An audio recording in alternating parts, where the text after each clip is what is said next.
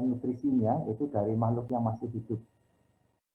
Dan biasanya ini akan sangat merugikan jamur yang bersifat parasit. Begitu parasit tumbuhan, parasit hewan, parasit manusia. Itu sangat merugikan. Kemudian mutual itu bersifat menguntungkan bagi inang, bagi tanam ya. Sehingga jika jamur itu ada, dia tidak merugikan, tapi dia memberikan keuntungan. Nah, kita nanti akan melihat jamur antagonis misalnya yang dapat digunakan untuk mengatasi jamur parasit ini. Pengklasan jamur, klasifikasi jamur pertama kali berada pada buku Introduction to Fungi tahun 2007 karangan Webster and Weber. Nah, kemudian klasifikasi ini didasarkan pada klasifikasi karena tahun 2001 berdasarkan filogeni molekul, yaitu menurut perbandingan urutan 18 srDNA. Klasifikasi yang sama juga diusulkan oleh Alexopoulos. Ya, Alexopoulos et al. Tahun 96. Nah, kita melihat sekarang ini klasifikasi berdasarkan sequence atau urutan DNA, rDNA 18S. Itu dari prokariot, ini akan dikelompokkan menjadi Unicota, kemudian Staphylococcus dan Protista. Unicota ini dikelompokkan menjadi Basidiomycota, Ascomycota, Zygomycota, Cypripediomycota. Ya. Kemudian ada kingdom plantae atau tanaman, kingdom animalia hewan, kemudian masuk ke Stramphinidae dan Protista. Ya. Kemudian berdasarkan untuk Unicotanya sendiri itu tadi ada 4. Ada Cypripediomycota, Ascomycota, Basidiomycota, dan Zygomycota. Nah, ini akan dikelompokkan lagi. Cypridio ini untuk monoasco dan seterusnya. Ascomyx dan seterusnya. Jadi ada Erysipelas, ada Plastomycetes, ada Pyrenomycetes, dan sebagainya di sini. Ya. Alexopoulos dan Mintz et al. Itu membagi menjadi 4 ya tadi, sama kasusnya, yaitu Cypripediomycota. Cypripediomycota itu merupakan jamur benar, true fungi ya, mycota. Ini dikelompokkan lagi atau dibagi menjadi Cypripediomycota, Zygomycota. Ini ya. Kemudian dibagi lagi terus menjadi akhirnya mold itu kapang, selain itu lendir, kapang berlendir ini di sini. Ya. Menurut Webster, eukariot menjadi 3 fungi, Chromista atau Straminipila dan Protozoa. Fungi ini dikelompokkan menjadi 4 tadi, kemudian Straminipila menjadi 3 dan Protozoa menjadi 2, yaitu Myxomycota dan Plasmodiophoromycota. Nah, kita melihat Cypripediomycota dulu. Jadi kingdomnya fungi, subkingdomnya Unicota, filumnya ini Cypripediomycota, kelasnya Cypripediomycetes. Kemudian kelas dari filum Zygomycota, kelasnya Zygomycetes. Jadi akhiran filum itu Mycota, akhiran kelas itu Mycetes. Ya. Harus diperhatikan ini. Ini kelasnya. Ascomycetes itu kelasnya ada macam-macam. Basidiomycetes kelasnya juga ada macam-macam. Ada Ustilaginomycetes, Urediniomycetes, dan seterusnya. Ya. Protozoa ini saya kira ini protozoa ya. Jadi ketika protozoa berkembang misalnya dari sini katakanlah ini akan membentuk sporanium muda, kemudian ada sporanya di dalamnya pecah, masak, keluar, berkecambah, kemudian bergerak dengan flagellumnya, kemudian menginfeksi, lalu terjadi masuk dan gejala, kemudian membentuk yang baru. Ya, ini. Nah, kemudian filum Plasmodiophoramicota itu merupakan kelompok atau kumpulan dari jamur yang bersifat obligat parasit. Artinya dia tidak bisa hidup di luar makhluk hidup, jadi harus ada hidup. Nah, disebut juga dengan jamur lendir endoparasit. Nah, sebagian besar anggota dari jamur filum ini itu menyerang akar, ya, akar tanaman. Dan dibedakan dengan flagellum yang bergerak dan tidak bergerak. Nah, contohnya adalah penyakit akar bengkak pada kubis karena Plasmodiopora mycetes, Plasmodiopora brassicae. Dan penyakit kubis bertepung karena Spongospora subterranea. Ini contohnya, dan ini jamurnya. Dari ini kemudian terjadi pergerakan dengan whiplash dan pinsel. Ini flagellumnya menginfeksi dan membentuk besar. Ini akhirnya akarnya bengkak. Kemudian ini kubisnya bertepung. Contoh dari filum Plasmodiophoramicota. Jadi mohon para mahasiswa memperhatikan tulisannya dan cara membacanya. Ya. Plasmodiophoraceae dan Spongospora subterranea. Perhatikan ini double R, ini ada PH, double S. Ya. Jangan sampai salah menulisnya, karena nanti akan berpengaruh untuk penilaian.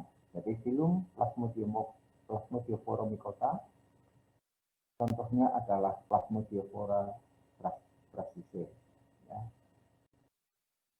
Nah, ini contoh bagaimana jamurnya itu bergerak ini dari sini, misalnya, kemudian terjadi pembelahan, kemudian keluar, bergerak, kemudian nanti akan menyebabkan selnya berkembang dengan cepat, ini, dan bengkak.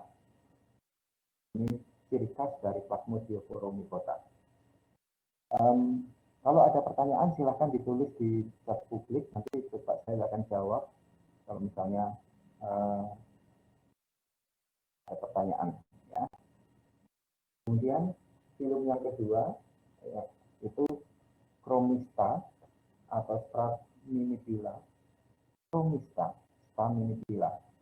Ini merupakan kelompok algae atau ganggang, baik itu ganggang coklat, diatome, dan sebagainya, dan heterotrof. Kemudian dulunya dianggap sebagai jamur. Chromista atau Straminipila dibagi menjadi 3 filum, yaitu Citriomycota, Labyrintulomycota, dan Omycota.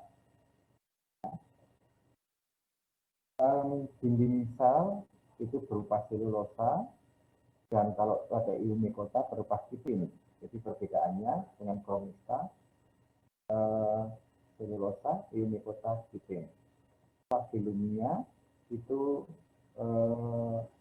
dari satu flagel, ya, stamen dan pilus. Jadi seperti straw itu seperti jerami, ya, hair, rambut, ya. Dan pinsel ini flagellumnya seperti ini, flagellum. Kita juga mengenal flagellum ketika membicarakan pada bakteri kemarin. Ya. Arah untuk pergerakan. Sekarang kita lihat filum Citriomycota. Citriomycota dulu dikenal sebagai Citriomycetes. Nah, ini banyak dijumpai di tanah, air, dan habitat laut. Dan saprofit merupakan saprofit atau parasit pada algae dan jamur. Dindingnya terdiri atas chitin dan selulosa. talus itu berupa kayak badan buah, itu holokarbit atau eukarpit, baik itu monosentris atau polisentris. Zoosporanya berupa dengan flagellum tinsel pada anterior, yaitu pada ujung, kalau posterior itu pada pangkal. Ya. Tinsel itu berupa pecut pendek, kalau whiplash itu panjang. Ya. Ini reproduksinya belum diketahui.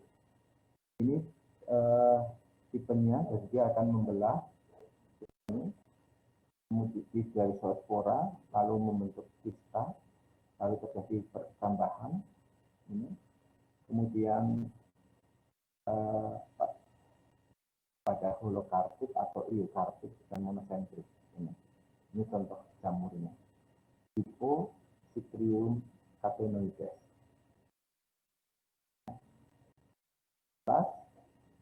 Kemudian filum yang kedua dari Chromista yaitu Labyrintulomycota. Labyrintulomycota ini sangat terkenal dengan jamur lendir laut, ya. Jadi mold itu kapang, slime itu lendir, marine itu laut, ya. Jadi banyak dijumpai di samudra, di lautan yang berupa lendir. Ini. Jadi seperti moluska atau tanaman akuatik atau serpian bahan organik parasit ini. Zoosporanya di flagellum atau dua flagellum dengan tinsel yang panjang dan whiplash yang pendek. Kebalik ya, tadi saya bilang tinsel pendek. Jadi kebalik, tinsel yang panjang, whiplash yang pendek. Ini contohnya. Ya. Jadi ada Labyrintula, Zoospora ini, kemudian ada Traustocykrium ini. Nah, ini Labyrintula. Jadi berupa lendir. Nah, siklus hidupnya Labyrintula ini masing-masing berbeda. Untuk Labyrintula, Labyrinthuloides, kemudian Traustocykrium dan Psychocykrium. Nah, semuanya nanti akan berupa pergerakan dulu, kemudian masuk, lalu terjadi perbanyakan. Nah, ini juga akan terjadi perbanyakan sel, ini juga perbanyakan sel, dan akhirnya berkembang di situ. Nah, jadi siklus hidup Labyrintulomycota ini sangat spesifik. Kemudian filum Omycota kelasnya Omycetes, kemudian ordonya itu bisa Peronosporales dan Pipiales. Kemudian familinya Peronosporaceae, Albuginaceae, kemudian Pipiales familinya Pipiaceae, dan seterusnya. Dan ini merupakan parasit tanaman dengan Haustorium intrasel. Haustorium adalah hifa atau miselium yang ada di dalam jaringan tanaman yang berfungsi untuk menyerap nutrisi dari tanaman. Jadi ada di dalam sel, nanti akan menyerap cairan sel. Tetapi ini ada di intrasel, jadi di antar sel. Jadi tidak masuk ke dalam sel. Ya. Kemudian hifanya sempit diameternya, tidak mempunyai zoospora primer dan sekunder, reproduksinya seksual menggunakan oospora dan oogonium. Ya. Ada oogonium, ada antheridium, nanti ketemu akan membentuk oospora. Nah, oospora dibentuk di dalam jaringan inang. Kemudian mating type-nya atau tipe mating atau pertemuannya itu bipolar, yaitu mating A1, mating A2. Dan ini akan menentukan munculnya strain baru, munculnya galur baru, dan sebagainya. Reproduksi dari jamur Omycota itu aseksual, yaitu terbentuk zoosporanium, dengan beragam ukuran, bentuknya seperti ginjal, ya, zoospora. Kemudian ukurannya juga beragam. Familinya tadi kita sebutkan ada Pipiaceae, kemudian ada Peronosphoraceae dan Albuginaceae. Kalau Pipiaceae itu sporaniofornya indeterminate, sedangkan Peronosphoraceae itu determinate, sedangkan Albuginaceae itu flat, jadi seperti gajah, ya.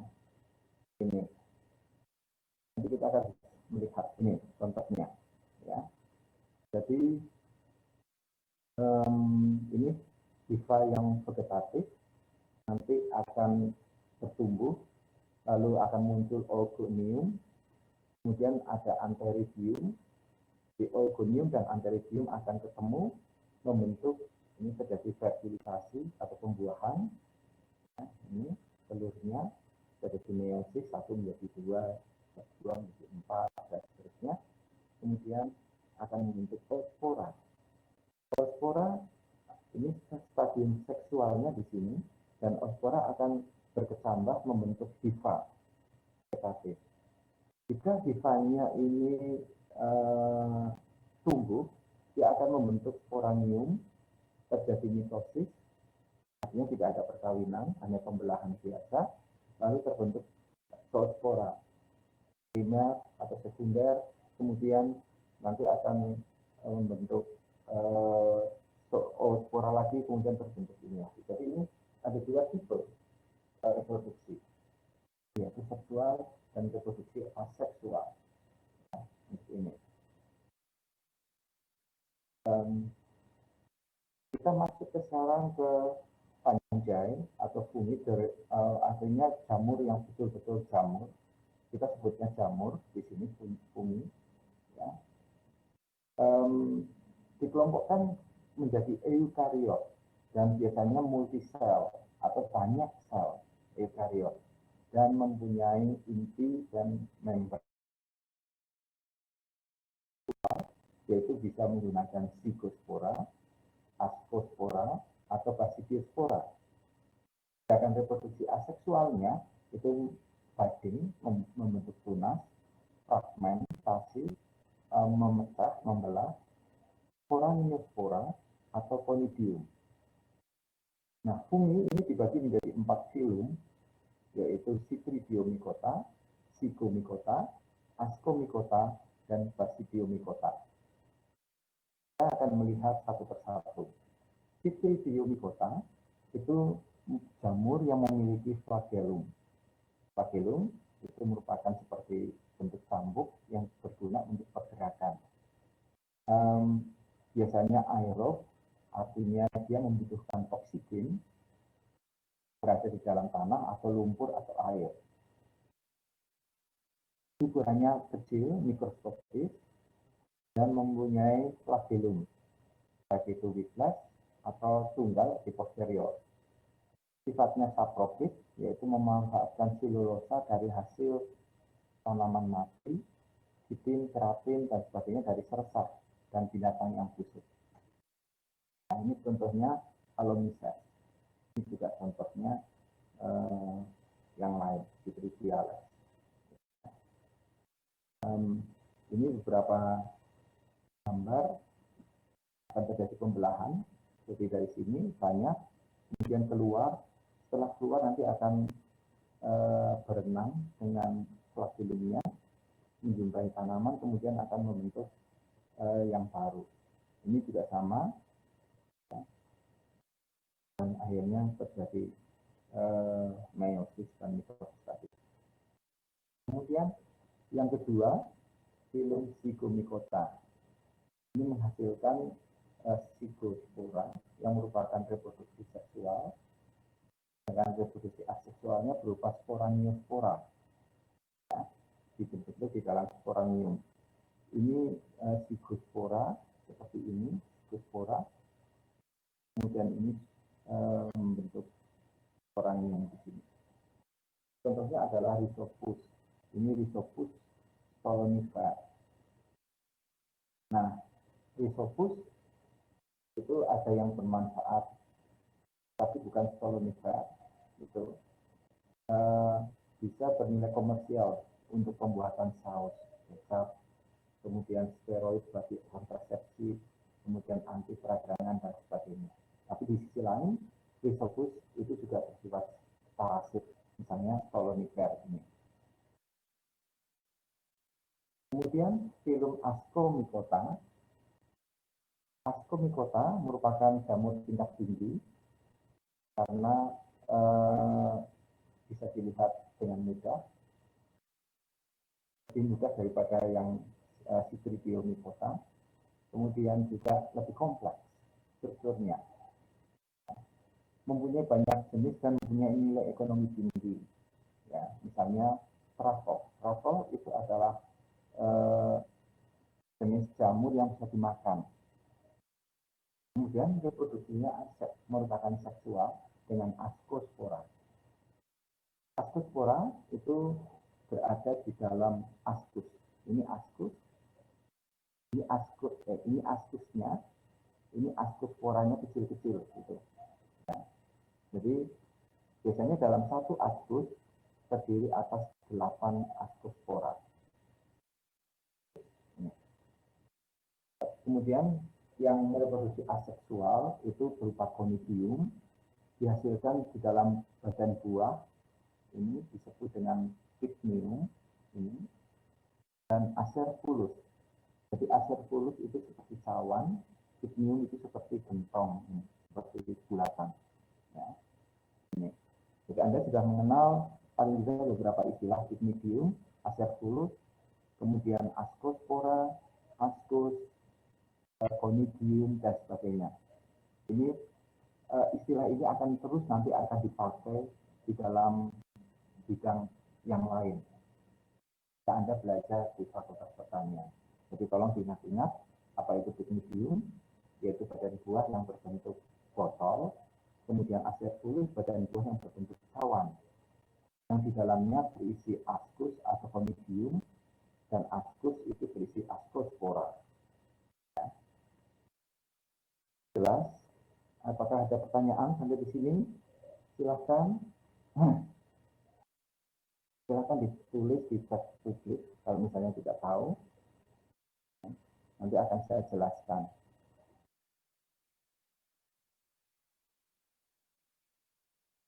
Tidak ada? Baik, saya lanjutkan. Ascomycota, anggotanya ada yang berhubungan dengan tanaman. Ya, misalnya Mycorrhiza.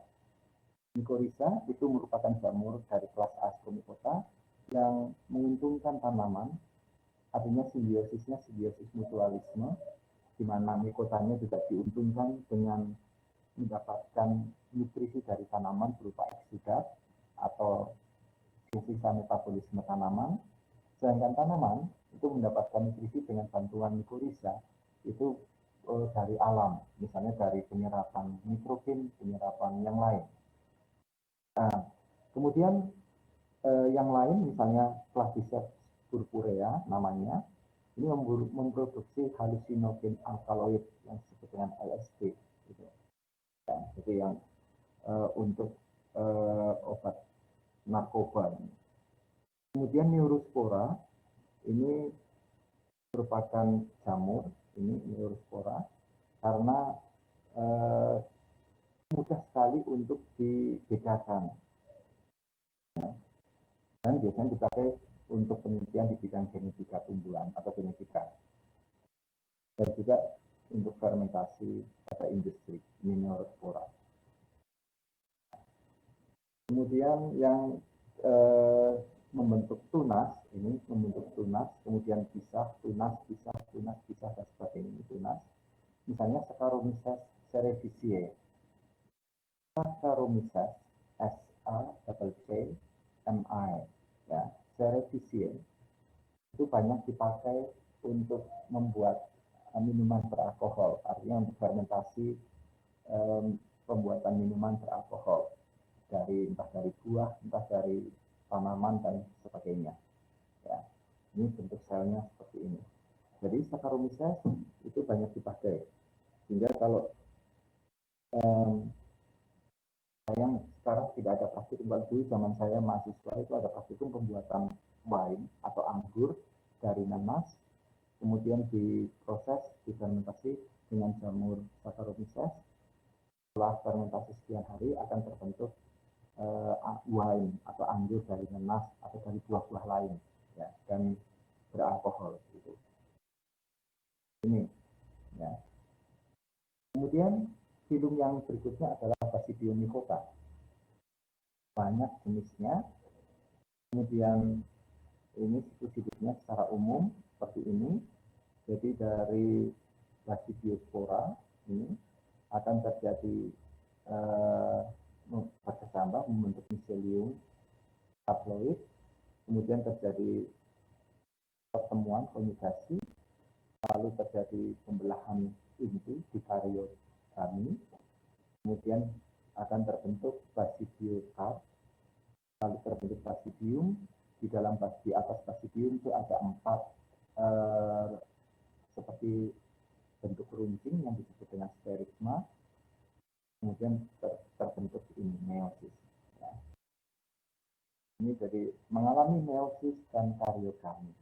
Kariogami artinya karion itu inti, jadi peleburan inti. Ya. Ini. Basidium itu badan buah menghasilkan 4 basidiospora. Tetapi ascus itu menghasilkan 8 ascospora. Jadi beda ya. Yang pada Ascomycetes atau Ascomycota itu ascusnya menghasilkan 8 ascospora, sedangkan pada Basidium nicota, basidium menghasilkan 4 basidiospora. Nah, basidium berada di dalam badan buah. Ini, ya. Ini contohnya, misalnya Agaricus campestris, ya. Ini Agaricus dan Fuchsinia graminis. Ini Fuchsinia. Ya. Ini akan terbentuk basidium, lalu di atasnya ada 4 basidiospora. Nah, berdasarkan ukuran, jamur dibedakan menjadi 2, yaitu mikroskopis dan makroskopis. Mikroskopis ukurannya sangat kecil, hanya bisa dilihat dengan mikroskop, dan biasanya 1 sel. Contohnya macam-macam, misalnya ada Candida, ada Neospora, ada Saccharomyces, dan seterusnya. Sedangkan yang makroskopis itu dapat dilihat tanpa bantuan mikroskop. Karena ada badan buah dengan ukuran besar. Misalnya kita mengenal jamur tiram putih, jamur shiitake, jamur tempe, rhizopus, dan seterusnya. Ya. Tapi tetap untuk melihat sel yang besar ini dibutuhkan mikroskop. Jadi tidak bisa tanpa mikroskop. Nah, berdasarkan morfologinya, jamur mempunyai ciri-ciri tadi heterotrof, artinya dia menyerap nutrisi dari lingkungannya, baik sebagai parasit atau sebagai saprofit. Ya. Kemudian memiliki berbagai tipe sel, bisa 1 sel atau bisa banyak sel jamur. Aerob atau fakultatif anaerob, artinya bisa anaerob, bisa aerob. Dinding jamur mengandung kitin, dan kitin itu merupakan polimer glukosa yang membentuk mikrofibril. Ini kitin dan mengikat titik amino. Jamur masuk ke jaringan daun, jaringan tanaman melalui lubang alami di atas stomata, hidatoda, dan lentisel melalui luka, baik itu luka karena alam, artinya karena hujan, kemudian luka karena gigitan serangga, tapi juga luka karena perbuatan manusia, luka karena dirinya sendiri ketika terbentuk cabang, terbentuk tunas baru, itu akan menyopek dinding yang terjadi luka. Kemudian masuknya juga melalui penetrasi langsung. Nah, jadi dia akan langsung masuk ke dalam jaringan tanaman. Nah, cadangan makannya berupa glikogen. Ini beberapa morfologi jamur yang sangat khas, beda dengan bakteri dan virus. Ini. Kita akan melihat pertama yeast atau khamir. Jamur atau yeast atau khamir ini merupakan jamur bersel satu, tidak membentuk hifa atau filamen. Kemudian selnya berbentuk oval atau bulat. Dan reproduksinya biasanya mitosis atau pembelahan satu menjadi 4 dan seterusnya. Kalau yang membelah diri, itu membelah diri sama besar, misalnya Schizosaccharomyces. Ya, Schizosaccharomyces. Kemudian yang bertunas, itu tidak sama besar tunasnya, misalnya Saccharomyces saja. Sedangkan yang bertunas dan membentuk hifa semu atau pseudohifa, misalnya Candida albicans. Nah, ini Candida albicans. Yeast atau khamir bersifat anaerob fakultatif, jadi dapat tumbuh pada kondisi semua lingkungan, baik itu ada oksigen atau tidak ada oksigen. Pada lingkungan yang ada oksigen, maka respirasinya aerob, sedangkan yang tidak ada oksigen, hanya ada karbon dioksida, itu fermentasinya anaerob. Ya, jadi bisa dibedakan di sini. Ini contohnya, dia akan terjadi tunas daging, kemudian juga sama terjadi daging pada yeast. Kemudian jamur benang itu terdiri atas banyak sel membentuk benang atau filamen. Nah, identifikasi didasarkan pada ciri fisik, koloni, dan spora reproduksi. Jamur ini mempunyai talus yang berupa massa yang dibentuk oleh jamur. Hifa merupakan benang yang panjang berupa sel yang menyatu. Hifa ada beberapa macam, ada 4, yaitu hifa perseptan. Sel dipisahkan oleh dinding pemisah, ada septa, ada sekat. Kemudian hifa senosit yang tanpa sekat, berupa hifa yang sel yang panjang, tidak bersepta atau bersekat. Kemudian hifa vegetatif, yaitu hifa yang berperan dalam mendapatkan nutrisi. Dan hifa reproduksi atau aerial, yaitu hifa yang menghasilkan spora atau yang digunakan untuk reproduksi dari jamur. Istilah lain adalah miselium. Miselium merupakan kumpulan dari hifa. Ya, hifa itu satu, dan biasanya suka dilihat dengan mata, tetapi kalau mengumpul jadi satu dari banyak hifa, itu disebut dengan miselium, dan dapat dilihat dengan mata tanpa bantuan alat. Nah, jadi ini beberapa istilah yang nanti akan dipakai, yang Anda harus juga tahu tentang miselium hifa. Apa bedanya miselium dan hifa? Ini hifa yang bersekat, karena ada sekatnya. Ini yang tidak bersekat.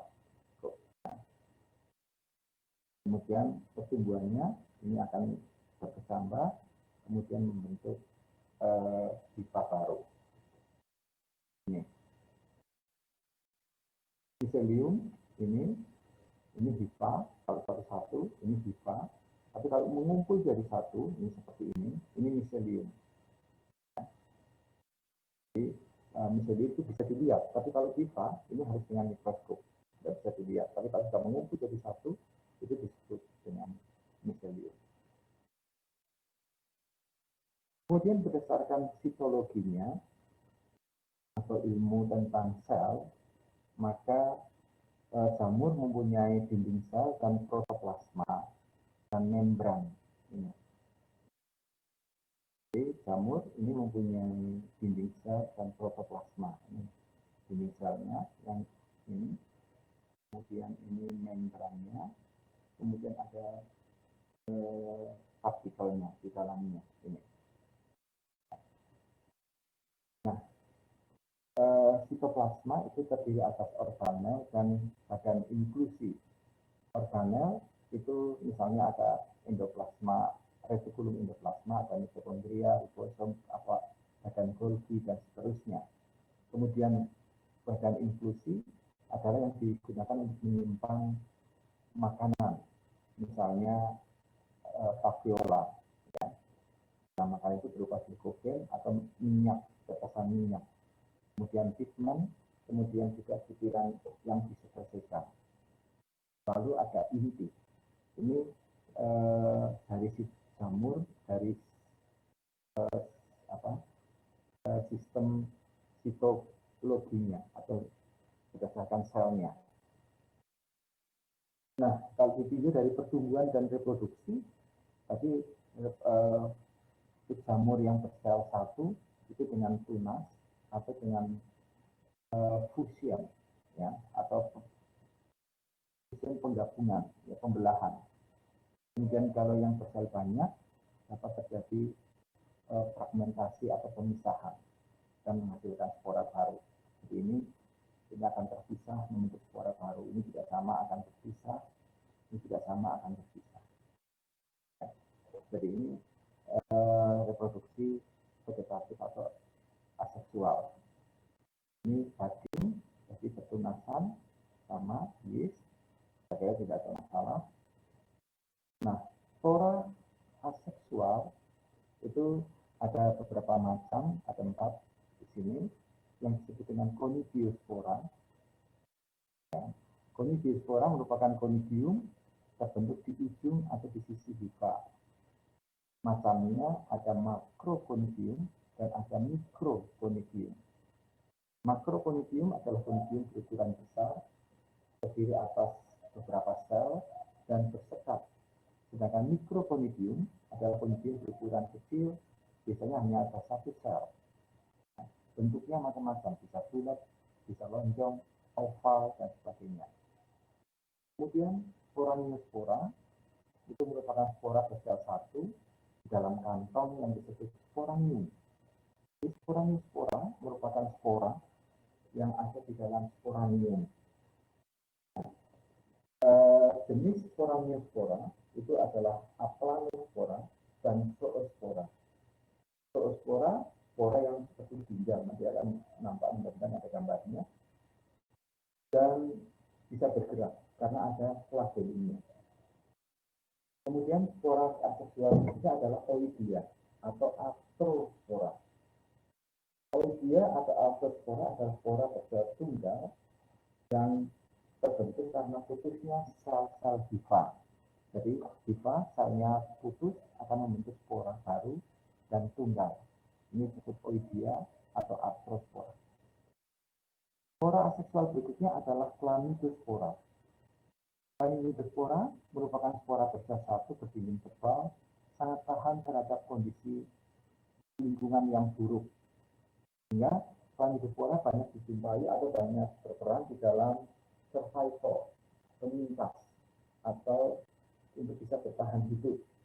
Dan dengan adanya chlamydospora, maka jamur akan bisa bertahan hidup lama di dalam tanah atau pada sisa-sisa tanaman meskipun tidak ada tanaman inangnya. Dan chlamydospora terbentuk dari hifa somatik. Dari hifa memadat, hifa mengumpul, memadat, mengeras, terbentuk chlamydospora. Ya. Jadi ini contohnya hifa vegetatif, kemudian sporaniofor, ini aplanospora, ini zoospora, kemudian conidiofor, mendukung conidia, lalu oidiofor, ini ada oidium, dan chlamydospora, ini sangat tepat chlamydosporanya. Jelas? Ada pertanyaan?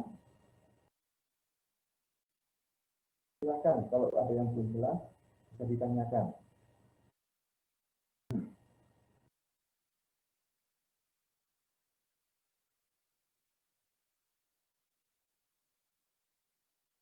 Halo, apakah masih ada?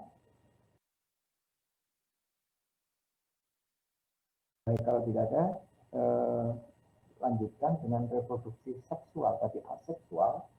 Aseksual ada 4 macam spora, masih ingat. Kemudian juga dikelompokkan menjadi 2 tadi. Kemudian reproduksi seksual itu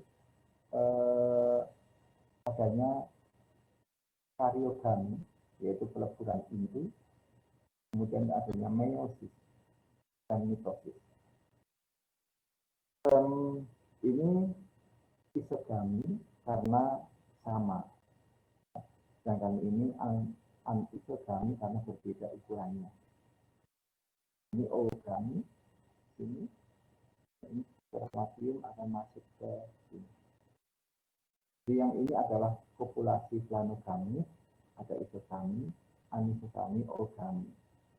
Kemudian ini kopulasi gamet karena ada gametan ini. Kemudian yang C kopulasi gametan ininya, seperti gamet ini akan kopulasi, dan ini terjadi kopulasi, lalu ada spermatisasi. Ini spermatisasi. Ini akan masuk, kemudian membentuk baru dan seterusnya. Nah, jenis spora seksual juga ada 4. Tapi jenis spora aseksual ada 4. Sekarang yang seksual ada 4, yaitu ascospora, basidiospora, zygospora, dan oospora. Ascospora merupakan spora bersatu bentuk di dalam ascus, yaitu kantong, dan terdapat 8 ascospora. Basidiospora, spora bersatu terbentuk di atas struktur basidium yang berbentuk gajah. Kemudian zygospora merupakan spora berdinding tebal, bentuk karena ada pertemuan 2 hifa yang sesuai yang dinamakan gametanium.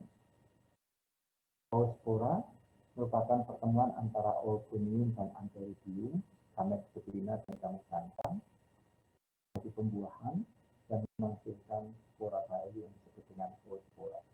Ini ya, jadi beberapa contoh spora aseksual dari jamur. Ini ascospora, ada 8 ascus. Ini basidiospora, di atasnya ada 4 basidium. Ini basidium. Kemudian zygospora, mekanismenya, dan oospora, karena ada pertemuan antara antheridium yang kecil ini dan oogonium yang besar. Terbentuk oospora. Dari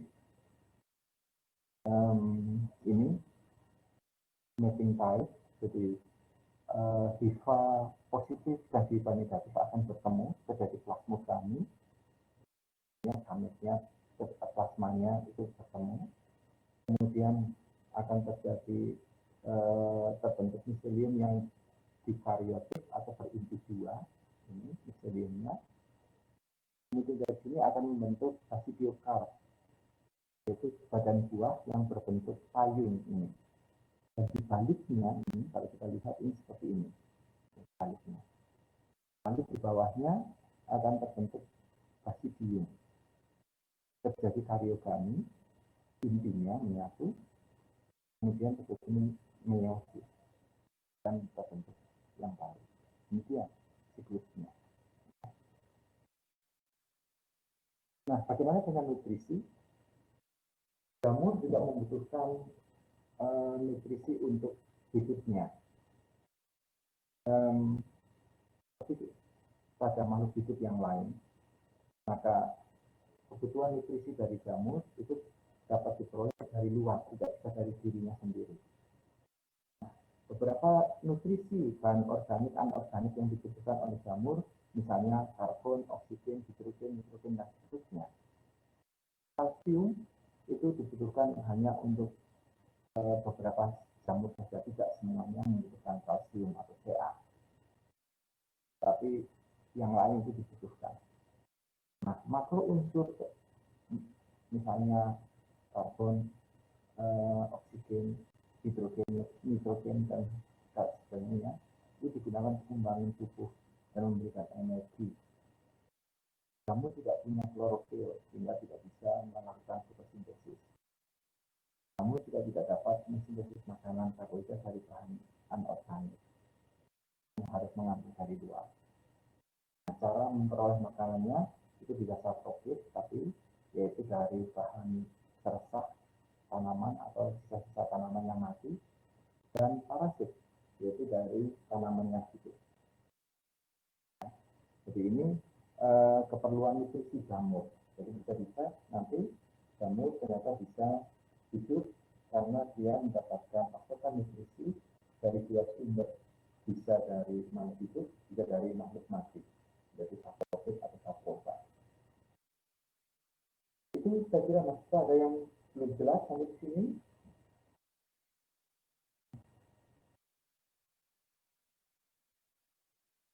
Ini kalau kita bisa melihat di sini, ini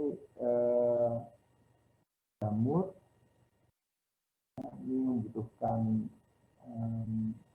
ini ada Haustorium. Haustorium ini digunakan untuk menyerap hifa yang digunakan untuk menyerap nutrisi. Kemudian ini Haustorium juga, ini Haustorium. Kemudian masuk dan membentuk hifa intraseluler. Itu saya kira. Jadi pada intinya jamur itu merupakan mikroba tingkat tinggi, lebih tinggi, lebih besar ukurannya, dan lebih mudah dilihat dibandingkan bakteri atau virus. Jamur dikelompokkan ke dalam kingdom bumi, kemudian subkingdom Mycota, lalu ada filum tadi, Mycota, Ascomycota, Basidiomycota, dan Pseudomycota. Masing-masing dipisah menjadi kelas, Mycetes dan seterusnya, Ascomycetes. Kemudian dari kelas menjadi ordo, dari ordo, family, dan seterusnya sampai pada spesies. Nah, dari kelompok jamur ini kelompokkan reproduksinya menjadi dua, yaitu seksual dan aseksual, dan masing-masing dimunculkan ke dalam bentuk 4 macam spora. 4 macam spora aseksual dan 4 macam spora seksual.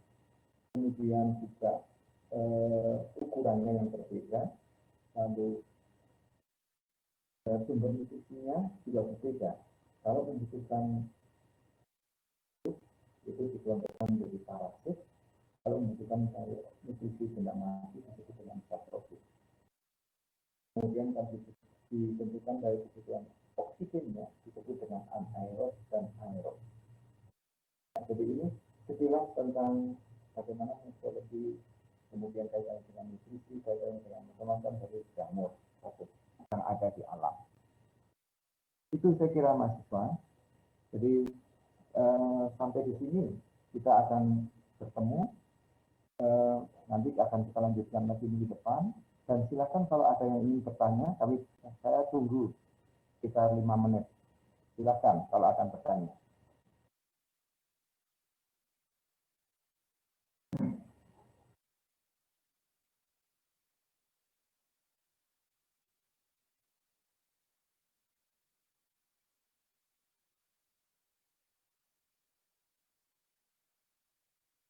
Pertanyaan dari Puspa Arum, untuk jamur yang bersekat dan jamur yang tidak bersekat, apa pengaruhnya dalam metabolisme dan daya hidup jamur? Untuk jamur bersekat dan tidak bersekat ini pengaruhnya hanya pada perkawinan nanti, karena nanti akan memudahkan pembagian nutrisi ke dalam masing-masing sel. Kalau yang tidak bersekat itu tidak punya sel. Nah, artinya intinya banyak berserakan, sedang yang bersekat itu punya sel. Metabolismenya sama, kemudian daya hidupnya juga sama. Hanya pada saat terjadi perkawinan saja yang membedakan. Itu.